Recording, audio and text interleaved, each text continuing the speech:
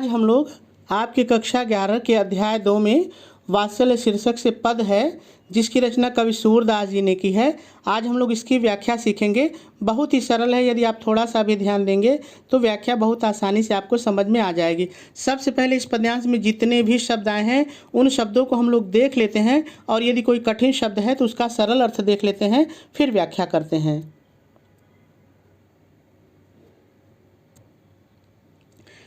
हरिजू, हरिजू अर्थात श्री कृष्ण जी की। देखिए की को के कर सकते हैं, का कर सकते हैं, की कर सकते हैं, जैसा वाक्य में बैठेगा हम लोग बदल लेंगे, ठीक है।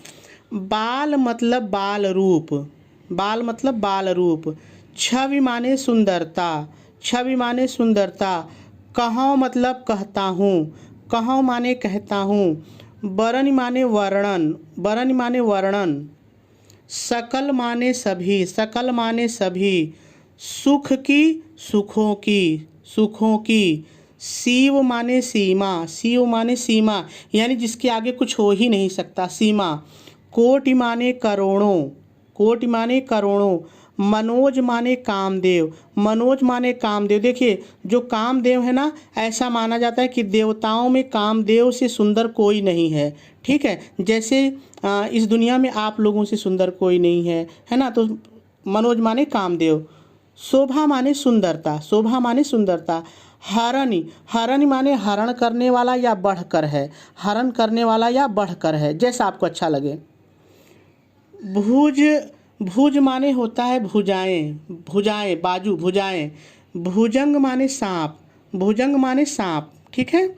सरोज माने कमल, सरोज माने कमल। नयनन मतलब आँखों, नयनन माने आँखों। बदन माने मुख, बदन माने मुख। विधु माने चंद्रमा, विधु माने चंद्रमा। जीत मतलब जीत, जीत मतलब जीत लिया है, जीत मतलब जीत लिया है। लड़न मतलब लड़कर, लड़न मतलब लड़कर। रहे, रहे बीरवन। देखिए बीरवन माने होता है बामी, बिल, जो सांप रहते हैं, तो बिल में रहे, है ना, बामी में रहे, ठीक है। सलिल माने होता है पानी, सलिल माने पानी। नभ माने आकाश, नभ माने आकाश। उपमा, उपमा मतलब किसी से तुलना करना, उपमा।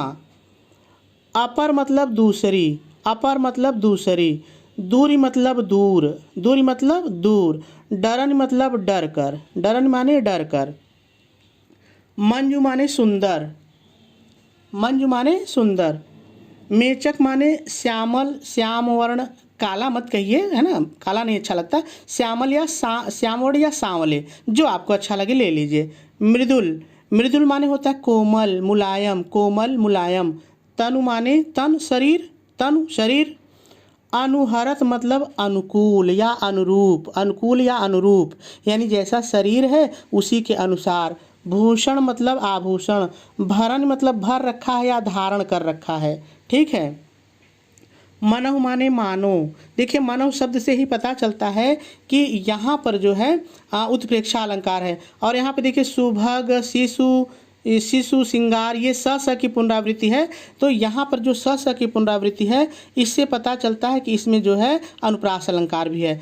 तो मनव माने मानो और शुभग माने सुंदर, शुभग माने सुंदर। श्रृंगार मतलब हर श्रृंगार या श्रृंगार भी आप कह सकते हैं, ठीक है। शिशु माने बच्चा होता है, लेकिन पेड़ है तो शिशु माने छोटा। तरु माने पेड़, तरु माने पेड़ या वृक्ष। फरियो मतलब फला हुआ है, फल लगा हुआ है, फला हुआ है, फल लगा हुआ है। अद्भुत, अद्भुत आप ऐसे कर लीजिए, अद्भुत ही, ठीक है। फरन मतलब फला हुआ है, फरन मतलब फला हुआ है। चलत मतलब चलते हैं। पद प्रतिबिंब माने होता पैरों का प्रतिबिंब, पैरों की छाया, पैरों की छाया। मणि, मणि मतलब मणि। देखिए अब आप जब घर बनवाते हैं तो आप अपने घरों में टाइल्स लगवाते हैं, संगमरमर लगवाते हैं, लेकिन जब पहले ज़माने के लोग होते थे तो वहाँ पे भी लोग जो फर्श पर बिछाते थे एक प्रकार का जो पत्थर होता था वो मणि होता था। तो बहुत चिकना होता था और इसमें यदि कोई चलता था तो उसकी फ़ोटो तक दिखाई देती थी, प्रतिबिंब दिखाई देता था। तो मणि एक प्रकार का चमकीला पदार्थ है। आंगन आप समझ रहे हैं, घरों में होता है तो ऐसे ही रहेगा। घुटुरवन करनी, घुटुरवन करण मतलब घुटनों के बल, घुटुरवन करण मतलब घुटनों के बल। जलज माने कमल। संपुट माने दोना। आप देखते हैं ना दोने में जो खाना खाते हैं दोना, वही दोना है, ठीक है। सुभग छवि माने सुंदर, दोनों को मिला के सुंदर कर लीजिए। सुभग माने सुंदर होता है, छवि माने भी सुंदरता ही होती है, ठीक है। भर लेती मतलब भर लेती है या धारण कर लेती है, भर लेती है या धारण कर लेती है। उर माने हृदय में। जनु, इससे भी पता चलता है कि उत्प्रेक्षा अलंकार है। जनु जैसे, धरण माने धरती, धरण माने धरती। पुण्य फल, पुण्य फल का मतलब है पुण्य के फल स्वरूप या पुण्य के परिणाम स्वरूप, ठीक है, पुण्य के परिणाम स्वरूप। अनुभवति मतलब अनुभव करती हैं, अनुभवति मतलब अनुभव करती हैं। सुतहि मतलब पुत्र, सुतहि मतलब पुत्र। बिलोकी, बिलोकी मतलब देख, कै को साथ ले लीजिए। बिलोकी कै मतलब देख कर, बिलोकी कै मतलब देख कर। नंद घरनी यानी नंद की घर वाली अर्थात मैया यशोदा, तो सीधे सीधे मैया यशोदा कर लीजिए। सूर कवि हैं। प्रभु की, ऐसे रहेगा, श्री कृष्ण की बात हो रही है। उर मतलब हृदय में, उर माने हृदय में। बसी मतलब बस गई है। किलकनी मतलब किलकारी, जो बच्चे किलकारी मार के हंसते हैं ना खिखिया के, तो किलकारी, ठीक है। ललित मतलब सुंदर, ललित मतलब सुंदर। लड़खड़न, लड़खड़न का मतलब होता है लड़खड़ा कर, लड़खड़न मतलब लड़खड़ा कर। तो सभी कठिन शब्दों को हम लोगों ने देख लिया।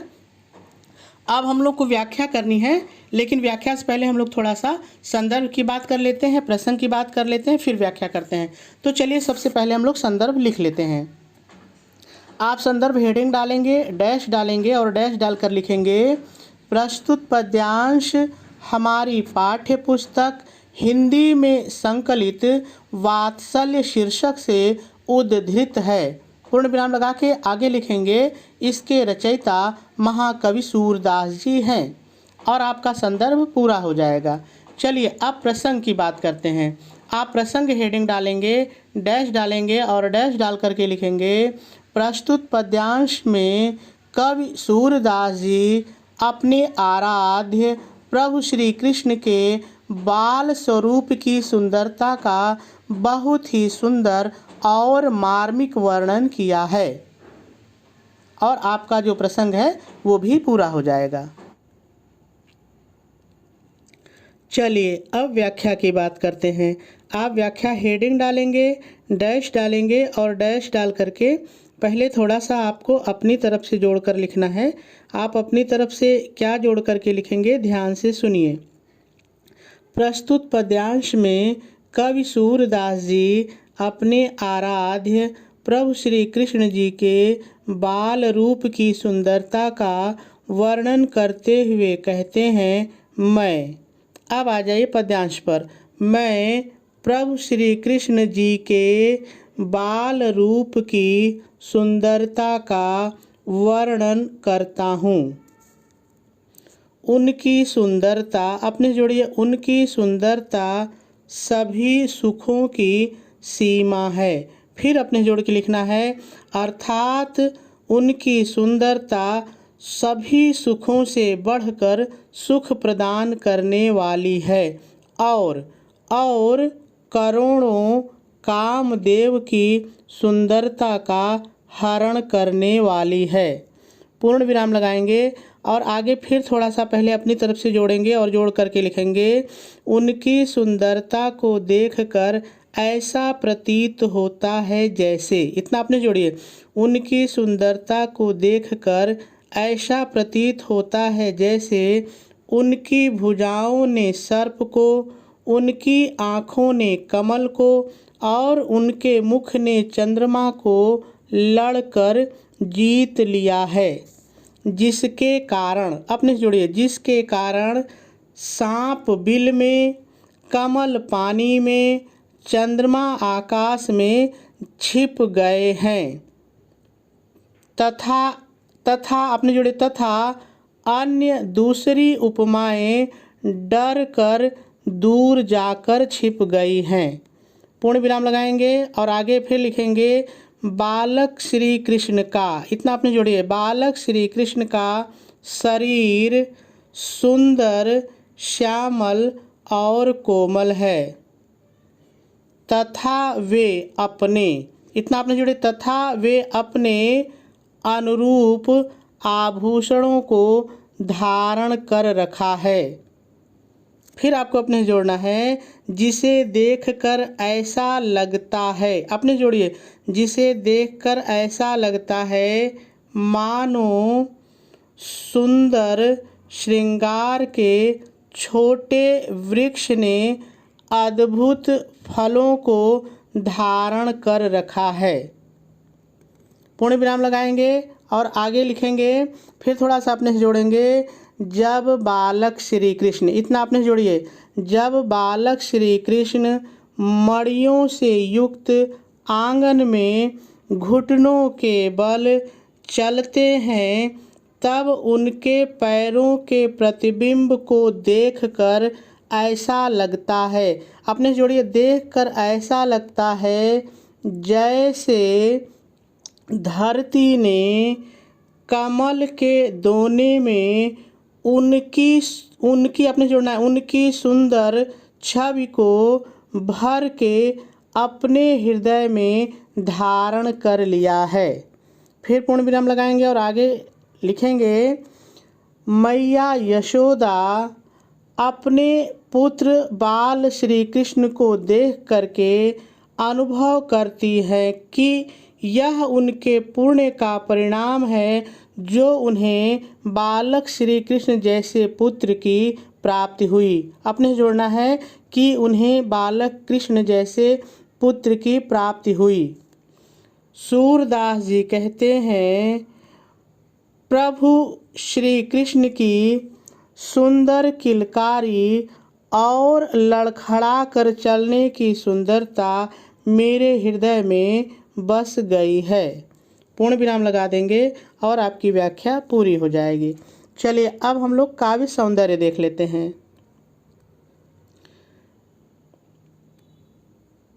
यदि काव्य सौंदर्य की बात करें तो इस पद्यांश में रस जो है वात्सल्य है। जहाँ पर किसी बालक को, किसी बच्चे का वर्णन किया जाए तो वहाँ पे वात्सल्य रस होता है। छंद गेय पद है, यानी इस छंद को आप गाने की तरह स्वर में गा सकते हैं, गेय पद है। अलंकार की बात करें तो उत्प्रेक्षा और अनुप्रास है। कैसे है, मैंने पहले ही बता दिया है आपको कि जहाँ पे मानो, मनु, जानो, जनु ऐसे शब्द आते हैं तो उत्प्रेक्षा होता है, और जहाँ पर एक ही वर्ण की आवृत्ति एक से अधिक बार होती है वहाँ पे अनुप्रास होता है। तो जब मैं आपको इसका सरल शब्दों का अर्थ बता रहा था तो वहाँ पे मैंने दिखाया और बताया है। यदि भाषा की बात करें तो ब्रज भाषा है, शैली मुक्तक है, ये क्या होती है मैंने बताया है। गुण माधुर्य है, यानी इस पद को आप पढ़ते हैं तो एक मधुर, इसमें मधुरता आती है तो माधुर्य है। शब्द शक्ति इसमें लक्षणा है। ठीक है, अब चलिए देखते हैं कि इस पद्यांश पर किस तरह से प्रश्न पूछे जाते हैं आपकी परीक्षा में। तो यदि हम लोग पहले देखें कि प्रश्न किस तरह से पूछा जाता है तो पढ़िए, उपर्युक्त पद्यांश को पढ़कर दिए गए प्रश्नों के उत्तर दीजिए। तो चलिए हम लोग प्रश्न को पढ़ते हैं और उत्तर भी लिखने का प्रयास करते हैं। पहला प्रश्न है, प्रस्तुत पद्यांश का संदर्भ और प्रसंग लिखिए। तो मैंने आपको इस पद्यांश का संदर्भ और प्रसंग बताया है, आप वहां से लिख सकते हैं। अगला प्रश्न है, प्रस्तुत पद्यांश के आधार पर बताइए कि सौंदर्य की लड़ाई में किसने किसको जीत लिया। तो आपने व्याख्या में देखा कि किसने किसको जीता, तो आप उत्तर में लिखेंगे, प्रस्तुत पद्यांश के आधार पर सौंदर्य की लड़ाई में बालक श्री कृष्ण ने सर्प की भुजाओं को, कमल को और चंद्रमा को जीत लिया है। अगला प्रश्न है, रेखांकित अंश की व्याख्या कीजिए। तो हमने तो पूरे पद्यांश की आपको व्याख्या बताई है, बस आपको ध्यान इतना देना है, जब मैंने आपको पद्यांश की व्याख्या बताया था तो वहाँ पे शुरू में मैंने लिखा था प्रस्तुत पद्यांश में, लेकिन यहाँ पे आप पद्यांश नहीं लिख के शुरू में लिखेंगे प्रस्तुत पंक्ति में। ठीक है, क्योंकि पद्यांश की नहीं, आपको किसी विशेष लाइन की व्याख्या करनी है तो प्रस्तुत पंक्ति में इतना जोड़ करके बाकी आगे जैसे मैंने बताया है वैसे लिख देंगे। अगला प्रश्न है, प्रस्तुत पद्यांश में कौन सा अलंकार है। तो उत्प्रेक्षा और अनुप्रास अलंकार है, आपने देखा। अगला प्रश्न है, यशोदा श्री कृष्ण को देखकर क्या अनुभव करती हैं तथा कवि के हृदय में क्या बस गया है। तो आपने देखा व्याख्या में, यशोदा श्री कृष्ण को देख करके अनुभव करती हैं कि उनके पुण्य का ही फल है जो उनको कृष्ण जैसे पुत्र की प्राप्ति हुई, तथा कवि के हृदय में बालक श्री कृष्ण की सुंदर किलकारी और लड़खड़ाने की सुंदरता बस गई है। तो मेरे ख्याल से बात आपको समझ में आ गई होगी।